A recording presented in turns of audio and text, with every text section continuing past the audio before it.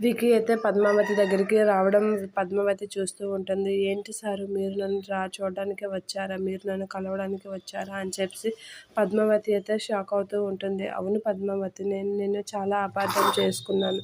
నేను ఎప్పటికీ విడిచిపెట్టి వెళ్ళిన నువ్వు నాకు తోడుగా ఉందా అని చెప్పి పద్మావతితో అంటూ ఉంటాడు. ఆ మాటలు విన్న పద్మావతి అయితే ఏడుస్తూ ఉంటుంది. ఏంటి పద్మావతి ఇలా ఏడుస్తున్నావు అని చెప్పి కళ్ళు తుడుస్తూ, అలా ఎప్పుడు చేయకు, నువ్వు నా పక్కన, నేను నీ పక్కన ఉండేటప్పుడల్లా నువ్వు నవ్వుతూ ఉండాలి అని చెప్పి అంటూ ఉంటాడు. నువ్వెప్పుడూ ఏడవకూడదు, నవ్వుతూనే ఉండాలి అని విక్కీ అంటూ ఉంటాడు. అలా అంటూ పక్కనే ఉన్న రోజ్ ఫ్లవర్ని తీసి మోకాల మీద నిల్చొని విక్కీ అయితే పద్మావతికి ప్రపోజ్ చేస్తూ ఉంటాడు. ఐ లవ్ యూ పద్మావతి అని చెప్పి అంటూ ఉంటాడు. అది విన్న పద్మావతి అయితే చాలా హ్యాపీగా ఫీల్ అవుతూ ఉంటుంది.